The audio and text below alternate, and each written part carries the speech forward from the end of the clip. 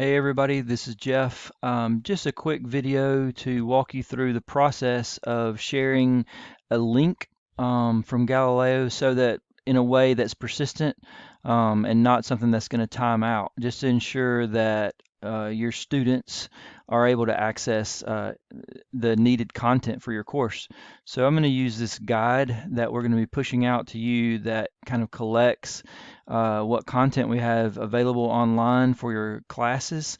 Of course, we couldn't include everything, but this hopefully will get you started. And if you have any questions, feel free to reach out to us. So I'm going to show you how to share. So I'm going to go to the ebook databases and go into this one, ebooks by EBSCOhost.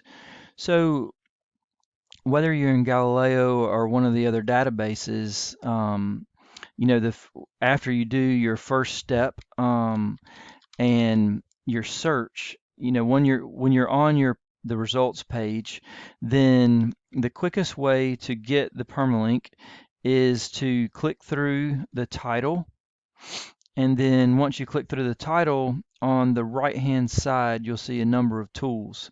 If you click on permalink, then that is going to give you a link that will take the student or colleague back to this particular item within Galileo. Once they follow that link, they'll be prompted most likely for their Unify password, and then they'll get full access.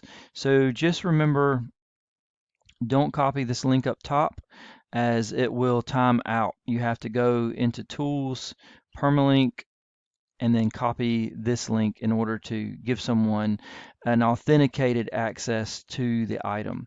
So from the result list, click on the title, and then you'll notice on the right, you'll click on Permalink, and then copy that link and paste it into an email or a document or something like that. Okay, well, let us know if you have any other questions.